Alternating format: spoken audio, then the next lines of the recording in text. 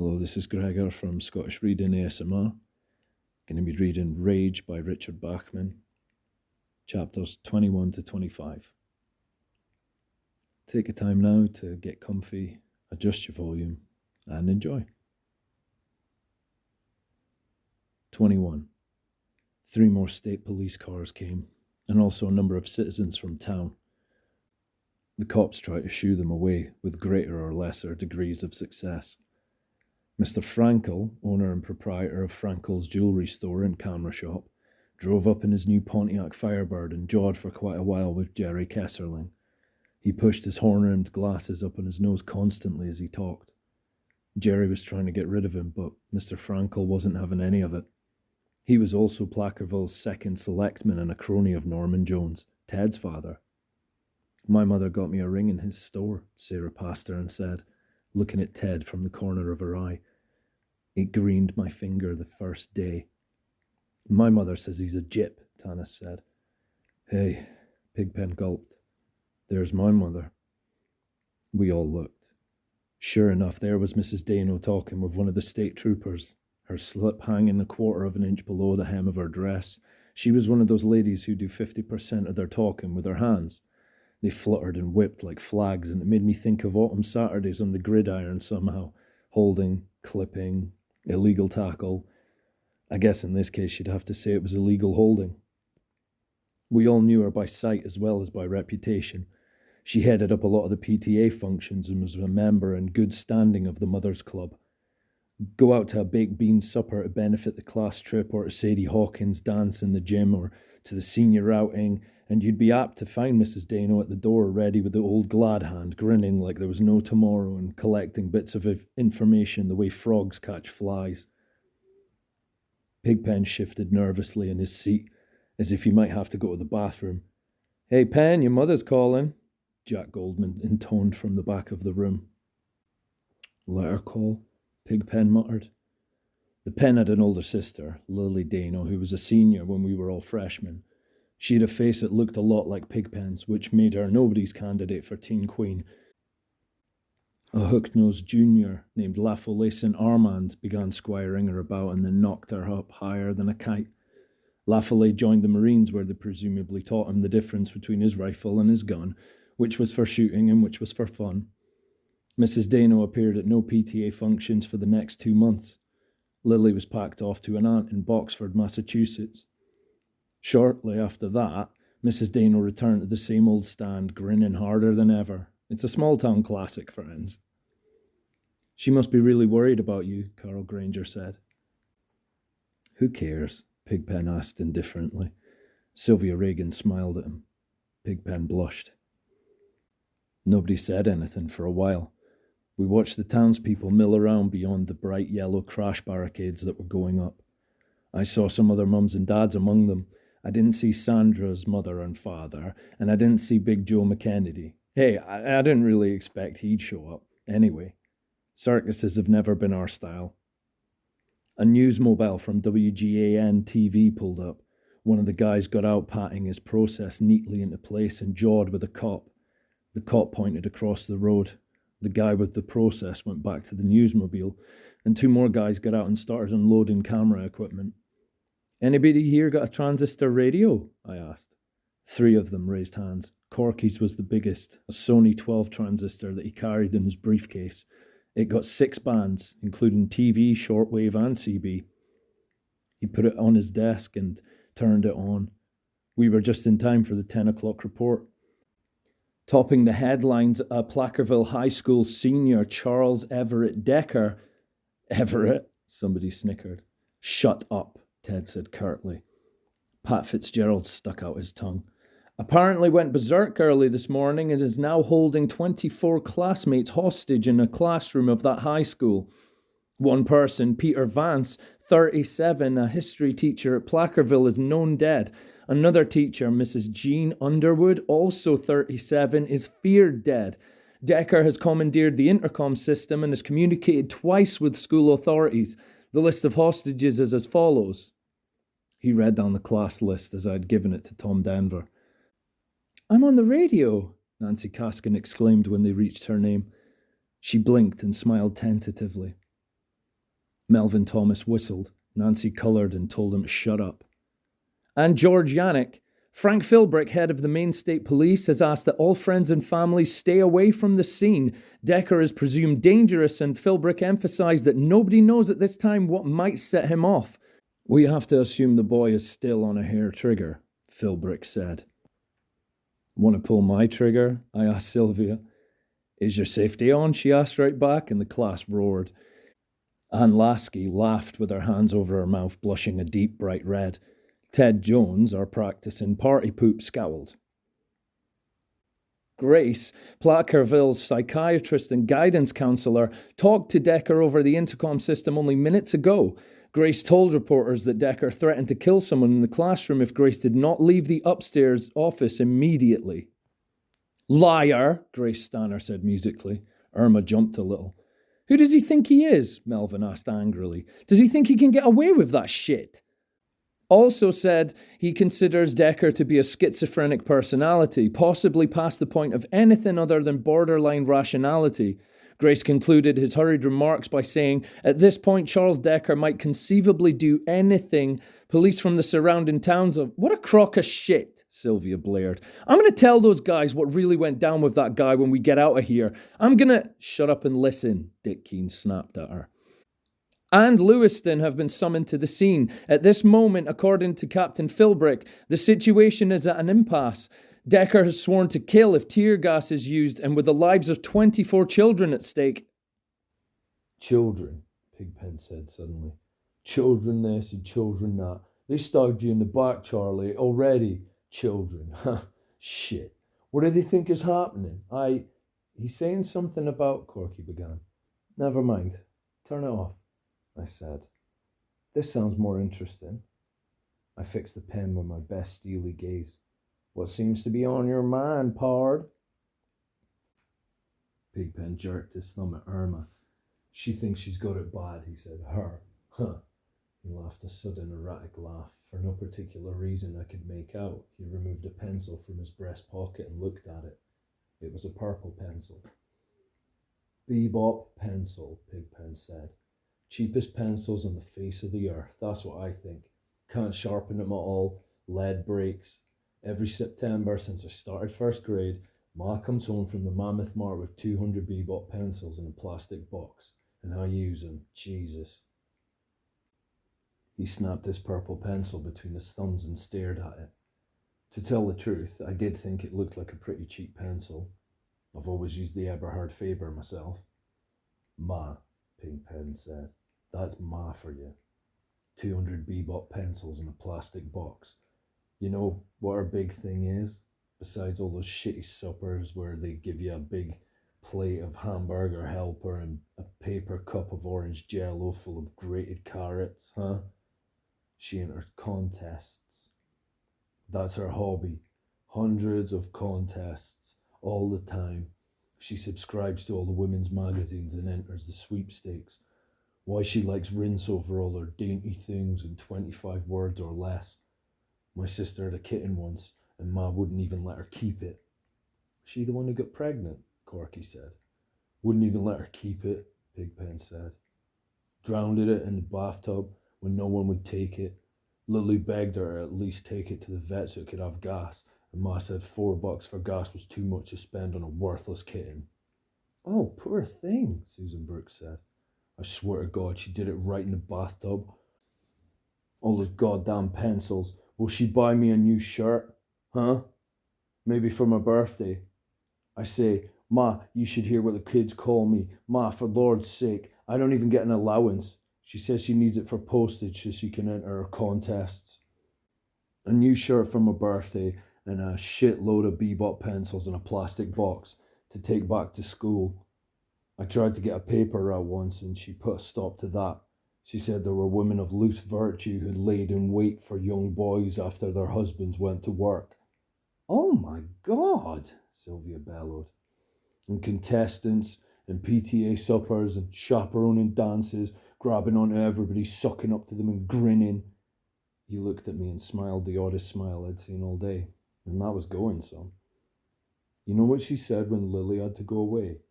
She said I'd have to sell my car, that old Dodge my uncle gave me when I got my driver's license. I said I wouldn't. I said Uncle Fred gave it to me and I was going to keep it.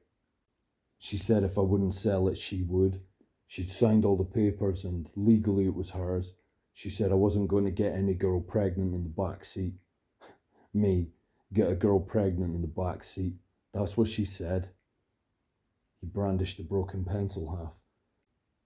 The lead poked out the wood like a black bone. Me, huh. The last date I had was for the 8th grade class picnic. I told Ma I wouldn't sell the Dodge. She said I would. I ended up selling it. I knew I would. I can't fight her. She always knows what to say. You start giving her a reason why you can't sell your car and she says, then how come you stay in the bathroom so long? Right off the wall, you're talking about the car and she's talking about the bathroom like you're doing something dirty in there. She grinds you. He stared out the window. Mrs. Dana was no longer in sight. She grinds and grinds and grinds, and she always beats you. Bebop pencils that break every time you try and sharpen them. That's how she beats you. That's how she grinds you down. And she's so mean and stupid. She drowned the kitty. She's just a little kitty. And she's so stupid that you know everybody laughs at her behind her back. So what does that make me? Littler and stupider. After a while, you feel just like a little kitty that crawled into a plastic box full of bebop pencils and got brought home by mistake. The room was dead quiet. Pigpen had centre stage. I don't think he knew it. He looked grubby and pissed off, fists clenched around his broken pencil halves. Outside, a cop had driven a police cruiser onto the lawn. He parked it parallel to the school and a few more cops ran down behind it, presumably to do secret things. They had riot guns in their hands. I don't think I'd mind if she snuffed it, Pigpen said, grinning a small, horrified grin. I wish I had your stick, Charlie. If I had your stick, I think I'd kill her myself. You're crazy too, Ted said worriedly. God, you're all going crazy right along with him. Don't be such a creep, Ted. It was Carl Granger. In a way, it was surprising not to find her on Ted's side. I knew he'd taken her out a few times before she started with her current steady, and bright establishment types usually stick together. Still, it had been she who had dropped him. To make a very clumsy analogy, I was beginning to suspect that Ted was to my classmates what Eisenhower must have always been to the dedicated liberals of the 50s. You had to like him. That style, that grin, that record, those good intentions. But there was something exasperating and a tiny bit slimy about him. You can see I'm fixated on Ted. Why not? I'm still trying to figure him out. Sometimes it seems that everything that happened in that long morning is just something I imagined or some half-baked writer's fantasy. But it did happen. And sometimes, now, it seems to me that Ted was at the centre of it all, not me. It seems that Ted goaded them all into people they were not. Or into the people they really were. All I know for sure is that Carol was looking at him defiantly, not like a demure valedictorian to be due to speak on the problems of the black race. She looked angry and a wee bit cruel. When I think about the Eisenhower administration, I think about the U-2 incident. When I think about that funny morning, I think about the sweat patches that were slowly spreading under the arms of Ted's khaki shirt. When they drag him off, they won't find anything but nutcases, Ted was saying. He looked mistrustfully at Pigpen, who was glaring sweatily at the halves of his bebop pencil as if they were the only things left in the world. His neck was grimy, but what the hell? Nobody was talking about his neck. They grind you down, he whispered. He threw the pencil halves on the floor. He looked at them, then looked up at me. His face was strange and grief-stunned. It made me uncomfortable.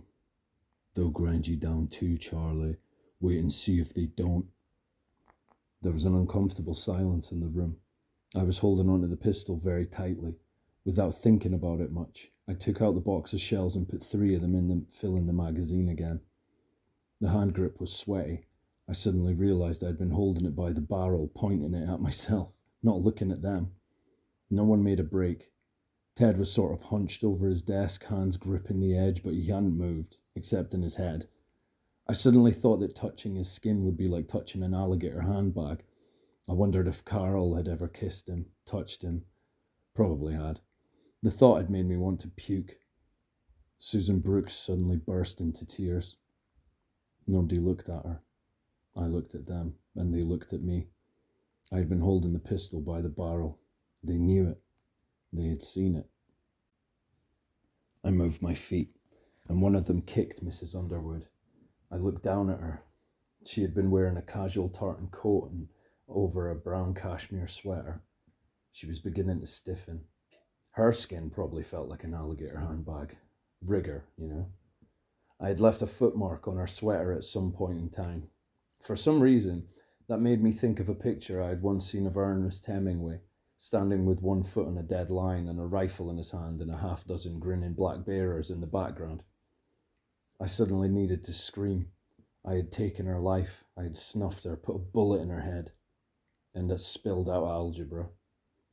Susan Brooks had put her head down on the desk, the way they used to make us do in kindergarten when it was nap time. She was wearing a powder blue scarf in her hair. It looked very pretty. My stomach hurt. "Decker!"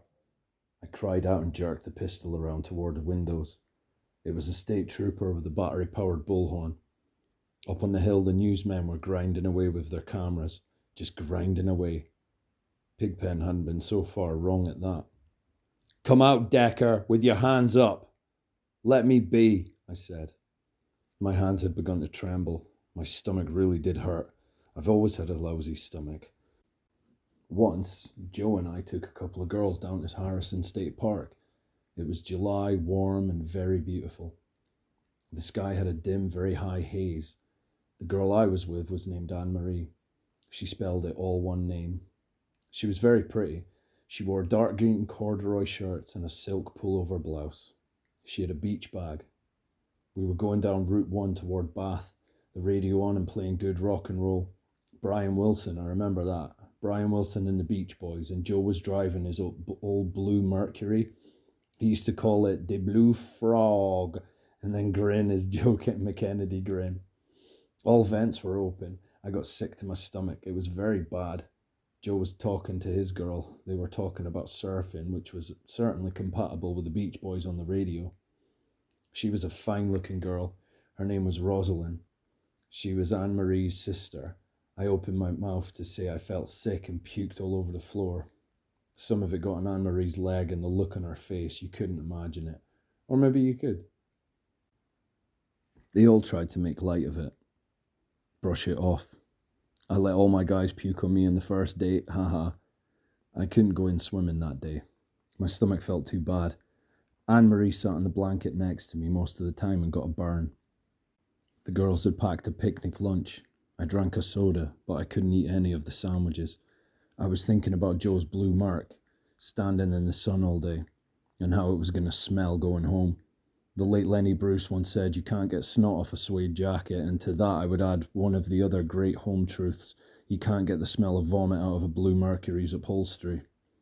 It's there for weeks, for months, maybe years, and it smelled just about like I thought it would. Everybody just pretended it wasn't there, but it was. "Come on out, Decker. We're through fooling around with you." "Stop it. Shut up." Of course they couldn't hear me. They didn't want to. This was their game. "Don't like it so well when you can't talk back, do you?" Ted Jones said. "When you can't play any of your smart games. Leave me alone." I sounded suspiciously like I was whining. "They'll wear you out," Pigpen said. It was the voice of doom. I tried to think about the squirrel and about the way the lawn grew right up to the building. No fucking around. I couldn't do it. My mind was jackstraws in the wind. The beach that day had been bright and hot. Everybody had a transistor radio. All of them turned to different stations. Joe and Rosalind had body surfed in glass green waves. "You've got 5 minutes, Decker." "Go on out," Ted urged. He was gripping the edge of his desk again. "Go out while you've got a chance." Sylvia whirled on him. "What have you got to be? Some kind of hero? Why?" "Why? Shit, that's all you'll be, Ted Jones. I'll tell them." "Don't tell me what." "Wear you down, Charlie. Grind you, waiting." "Decker!" "Go on out, Charlie." "Please, can't you see you're upsetting him?" "Decker!" PTA suppers and all that lousy, cracking up if you just let them, Decker. Alone grind you, wear you down, you go, Charlie. You don't want to be forced to shoot until you're ready, leave him be, Ted. If you know what, all of you, shut up, good for you, come out! I swung the pistol up at the windows, holding it in both hands, and pulled the trigger 4 times. The reports slammed around the room like bowling balls. Window glass blew out in great crackling fistfuls. The troopers dived down out of sight. The cameraman hit the gravel. The clot of spectators broke and ran in all directions. Broken glass shone and twinkled in the green grass outside like diamonds on show window velvet, brighter gems than any in Mr. Frankel's store. There was no answering fire. They were bluffing. I knew that. It was my stomach, my goddamn stomach. What else could they do but bluff? Ted Jones was not bluffing. He was halfway to the desk before I could bring the pistol around on him. He froze and I knew he thought I was going to shoot him. He was looking right past me into darkness. Sit down, I said. He didn't move. Every muscle seemed paralyzed. Sit down. He began to tremble. It seemed to begin in his legs and spread up his trunk and arms and neck. It reached his mouth, which began to gibber silently. It climbed to his right cheek, which began to twitch. His eyes stayed steady. I have to give him that, and with admiration. One of the few things my father says when he's had a few that I agree with is that kids don't have much balls in this generation. Some of them are trying to start the revolution by bombing US government washrooms, but none of them are throwing Molotov cocktails at the Pentagon. But Ted's eyes, even full of darkness, stayed steady. Sit down, I repeated. He went and sat down. Nobody in the room had cried out. Several of them had put their hands over their ears. Now they took them away carefully, sampling the noise level of the air, testing it. I looked for my stomach. It was there. I was in control again. The man with the bullhorn was shouting, but this time he wasn't shouting at me. He was telling the people who had been watching from across the road to get out of the area and be snappy about it. They were doing it. Many of them ran hunched over like Richard Widmark in World War II epic. A quiet little breeze riffled in through the 2 broken windows. It caught a paper on Harmon Jackson's desk and fluttered it into the aisle. He leaned over and picked it up. Sandra Cross said, "Tell something else, Charlie." I felt a weird smile stretch my lips. I wanted to sing the chorus from that folk song, the one about beautiful, beautiful blue eyes, but I couldn't remember the words and probably wouldn't have dared anyway. I sing like a duck, so I only looked at her and smiled my weird smile. She blushed a little but didn't drop her eyes. I thought of her married to some slob with 5 2-button suits and fancy pastel toilet paper in the bathroom. It hurt me with its inevitability. They all find out sooner or later how unchic it is to pop your buttons at the Sadie Hawkins dance or to crawl into the trunk so you can get into the drive-in for free. They stop eating pizza and plugging dimes into the juke down at Fat Sammy's. They stop kissing boys in the blueberry patch. And they always seem to end up looking like the Barbie doll cutouts in Jack and Jill magazine. Fold in at slot A, slot B, and slot C. Watch her grow old before your very eyes. For a second, I thought I might actually turn on the waterworks, but I avoided that indignity by wondering if she was wearing white panties today. It was 10:20. I said. 22. I was 12 when Mom got me the corduroy suit. By that time, Dad had pretty much given up on me and I was my mother's responsibility. I wore the suit to church on Sundays and to Bible meetings on Thursday nights, with my choice of 3 snap-on bow ties. Rudy Doot. But I hadn't expected her to try and make me wear it to that goddamn birthday party. I tried everything. I reasoned with her. I threatened not to go. I even tried a lie, told her the party was off because Carl had the chicken pox. One call to Carl's mother set that straight. Nothing worked. Mom let me run pretty much as I pleased most of the time, but when she got an idea solid in her mind, you were stuck with it. Listen to this. For Christmas one year, my dad's brother gave her this weird jigsaw puzzle. I think Uncle Tom was in collusion with my dad on that one. She did a lot of jigsaws. I helped. And they both thought it was one of the biggest waste of time on earth. So Tom sent her a 500-piece jigsaw puzzle that had a single blueberry down in the lower right-hand corner. The rest of the puzzle was solid white, no shades. My father laughed his ass off. "Let's see you do that one, Mother," he said. He always called her Mother when he felt a good one that had been put over on her, and it never ceased to irritate her. She sat down on Christmas afternoon and spread the puzzle out on her puzzle table in her bedroom. By this time, they each had their own. There were TV dinners and pick-up lunches for Dad and I on December 26th and the 27th, but on the morning of the 28th, the puzzle was done. She took a Polaroid picture of it to send to Uncle Tom, who lives in Wisconsin. Then she took the puzzle apart and put it away in the attic. That was 2 years ago, and so far as I know, it's still there. But she did it. My mother is a humorous, literate, pleasant person. She is kind to animals and accordion-playing mendicants. But you didn't cross her, or she could dig in her heels, usually somewhere in the groin area. I was crossing her. I was, in fact, starting to run through my arguments for the 4th time that day, but time had just about run out. The bow tie was clutching my collar like a pink spider with hidden steel legs. The coat was too tight, and she even made me put on my square-toed shoes, which were my Sunday best. My father wasn't there. He was down at Gogan's slopping up a few with his good buddies, but if he'd been around, he would have said I looked squared away. I didn't feel like an asshole. "Listen, Mother, I don't want to hear any more about it, Charlie." I didn't want to hear any more about it either, but since I was the one running for the Shithead of the Year award and not her, I felt obliged to give it the old school grunt.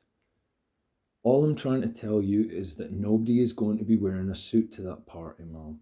I called up Joe McKennedy this morning and he said he was just going to wear—" "Just shut up about it," she said very soft, and I did. When my mother says shut up, she's really mad. She didn't learn shut up reading The Guardian. Shut up or you won't be going anywhere. But I knew what that meant.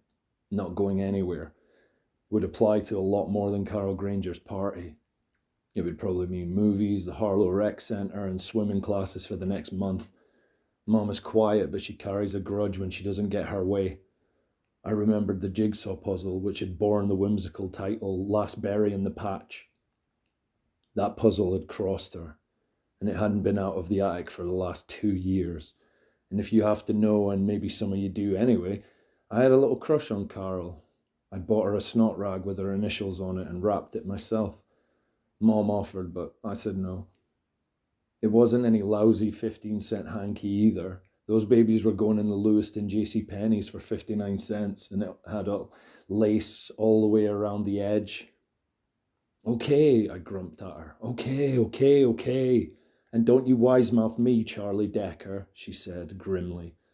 "Your father is quite capable of thrashing you yet." "Don't I know it," I said. "Every time we're in the same room together, he reminds me." "Charlie, I'm on my way," I said quickly, heading it off. "Hang in there, Mom." "Don't get dirty," she called after me as I went out the door. "Don't spill any ice cream on your pants. Remember to say thank you when you leave. Say hi to Mrs. Granger." I didn't say anything to any of these orders, feeling that to acknowledge might be to encourage. I just jammed the hand that wasn't carrying the package deeper into my pocket and hunched my head. "Be a gentleman." God. "And remember not to start eating until Carol does." Dear God. I hurried to get out of her sight before she decided to run after me and check to see if I'd peed myself. But it wasn't a day made to feel bad on. The sky was blue and the sun was just warm enough, and there was a little breeze to chase along at your heels. It was summer vacation, and Carol might even give me a tumble. Of course, I didn't know just what I'd do if Carol did give me a tumble. Maybe let her ride double on my Schwinn, but I could cross that bridge when I came to it. Perhaps I was even overestimating the negative sex appeal of the corduroy suit. If Carol had a crush on Myron Florin, she was going to love me. Then I saw Joe and started to feel stupid all over again. He was wearing ragged white Levi's and a t-shirt. I could see him looking me up and down and I winced. The jacket had little brass buttons with the heralds embossed on them. "Rooty toot." "Great suit," he said. "You look just like that guy in the Lawrence Belt show, the one with the accordion." "Myron Florin," I said. "Right." He offered me a stick of gum and I skinned it. My mother's idea. I stuck the gum into my mouth. Blackjack gum. There is no finer. I rolled it across my tongue and chomped. I was feeling better again. Joe was a friend, the only good one I ever had. Joe was a friend, the only good one I ever had. He never seemed afraid of me or revolted by my weird mannerisms. When a good idea strikes me, for instance, I have a tendency to walk around with my face screwed up in the most god-awful grimaces without even being aware of it. Didn't Grace have a field day with that one? I had Joe beat in the brains department, and he had me in the making friends department. Most kids don't give a hoot in hell for brains, they go up a penny a pound. And the kid with the high IQ who can't play baseball or at least come in third in the local circle jerk is everybody's fifth wheel. But Joe liked my brains. He never said, but I know he did. And because everyone liked Joe, they had to at least tolerate me. I won't say I worshipped Joe McKennedy, but it was a close thing. He was my mojo. So there we were, walking along and chewing our blackjack when a hand came down on my shoulder like a firecracker. I almost choked on my gum. I stumbled, turned around, and there was Dickie Cable. Dickie was a squat kid who always somehow reminded me of a lawnmower, a big Briggs & Stratton self-propelling model, chock full of big white square teeth that fitted together on the top and bottom like teeth in two meshing cogs. His teeth seemed to gnash and fume between his lips like revolving mower blades that are moving so fast they seem to stand still.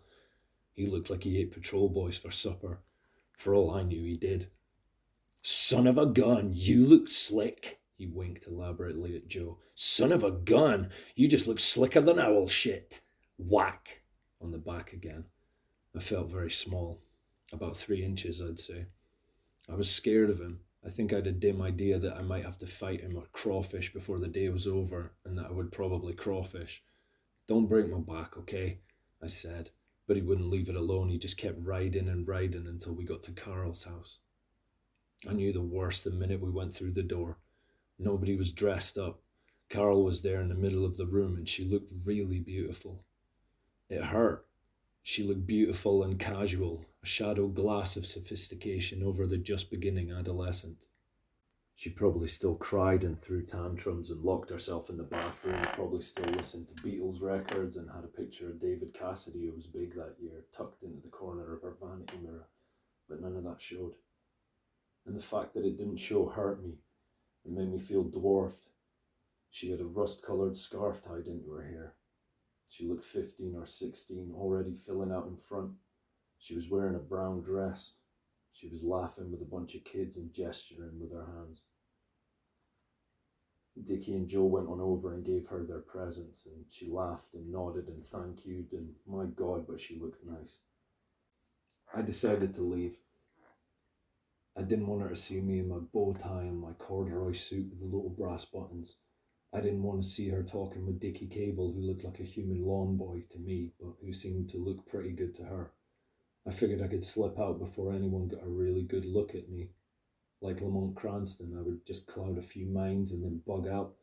I had a buck in my pocket from weeding Mrs. Cosenza's flower garden the day before, and I could go to the movies in Brunswick if I could hook a ride and work up a good head of self-pity sitting there in the dark.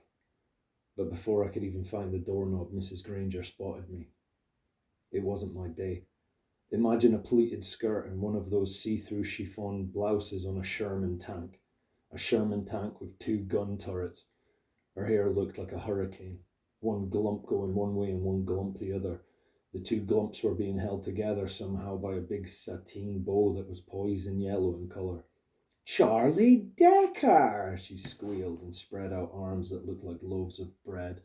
Big loaves. I almost chickened and ran for it. She was an avalanche getting ready to happen. She was every Japanese horror monster ever made, all rolled into one. Ghidorah, Mothra, Gojira, Rodan, and Toucan the Terrible trundling across the Granger living room. But that wasn't the bad part. The bad part was everybody looking at me. You know what I'm talking about.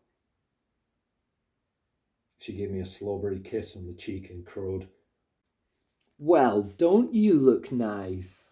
And for one horribly certain second I expected her to add, "Slicker than owl shit." Well, I'm not going to torture either you or myself with a blow by blow, but where would be the sense? You got the picture. 3 hours of unadulterated hell.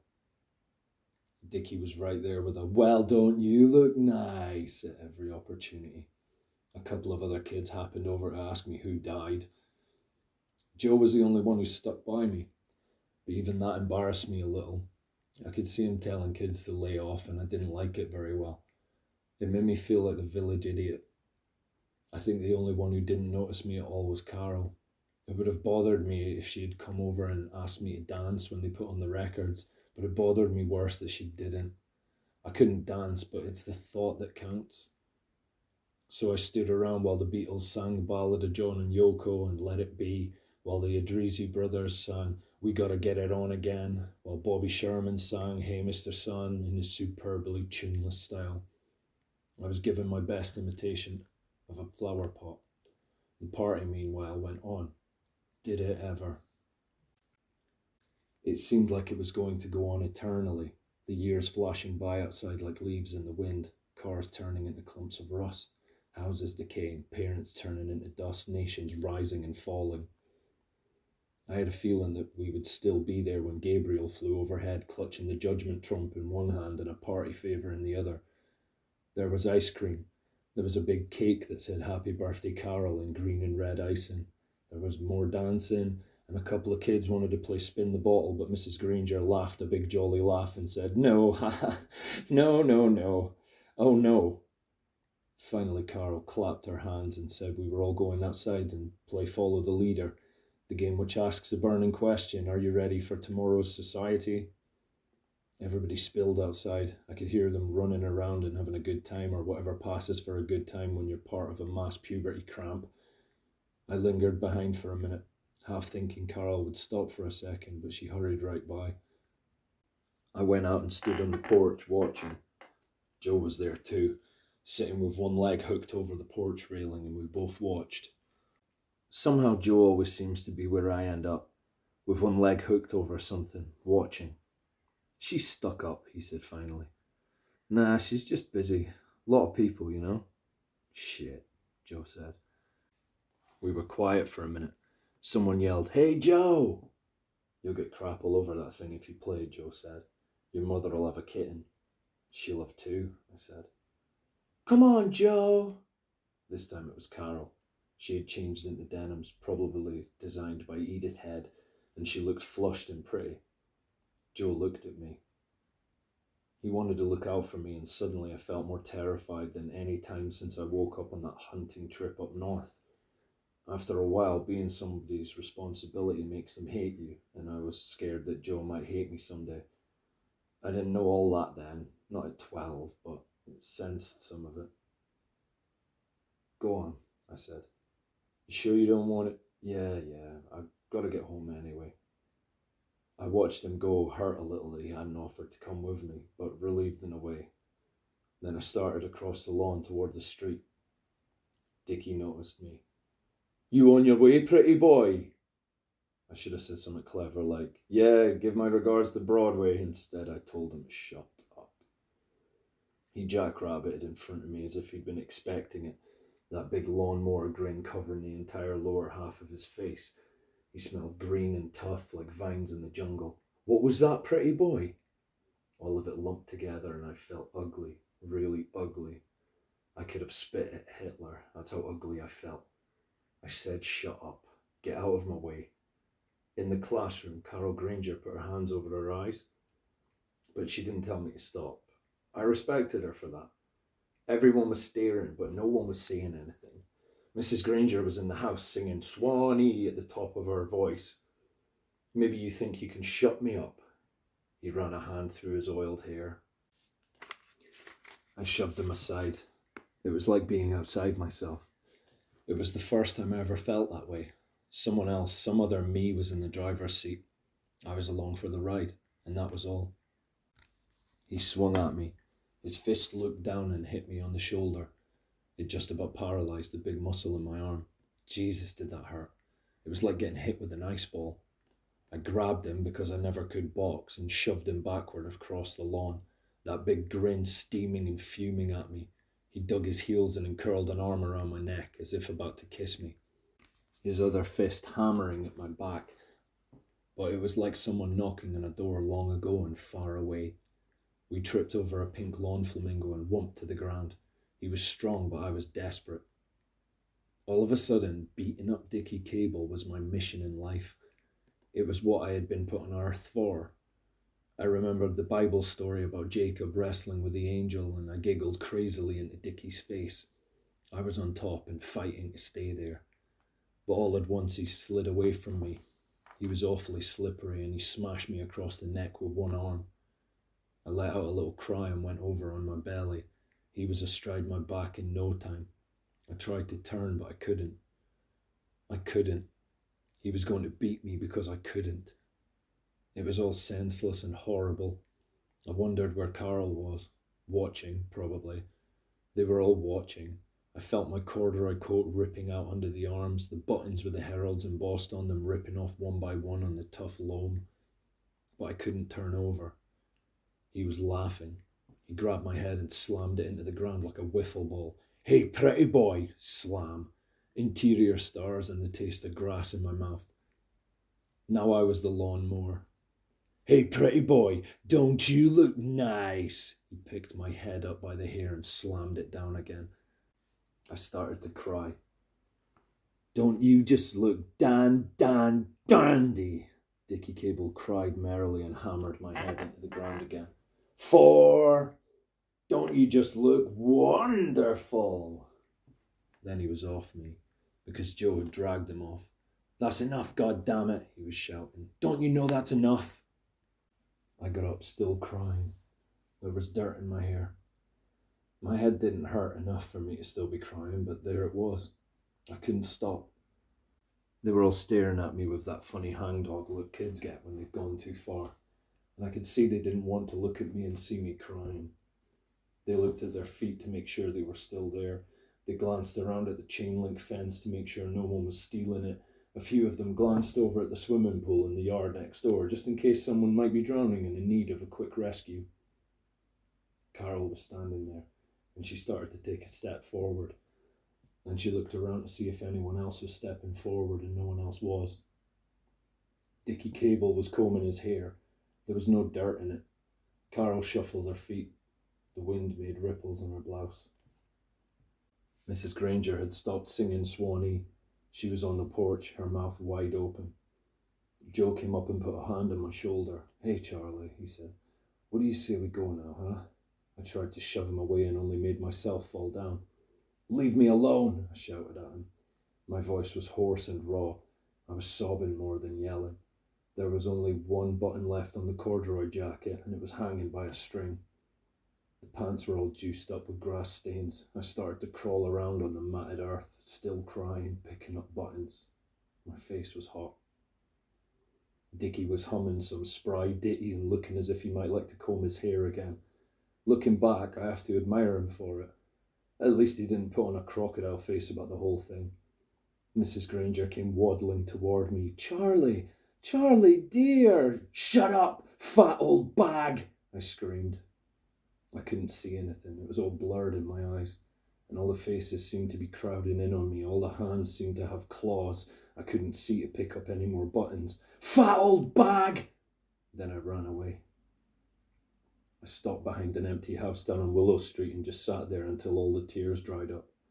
There was dried snot underneath my nose. I spat on my handkerchief and wiped it off. I blew my nose. An alley cat came by, and I tried to pet it. The cat shied from my hand. I knew exactly how he felt. The suit was pretty well shot, but I didn't care about that. I didn't even care about my mother, although she would probably call Dickie Cable's mother and complain in her cultured voice. But my father, I could see him sitting, looking carefully, poker-faced, saying, "How does the other guy look?" And my lie. I sat down for the best part of an hour, planning to go down to the highway and stick out my thumb, hook a ride out of town and never come back. But in the end, I went home.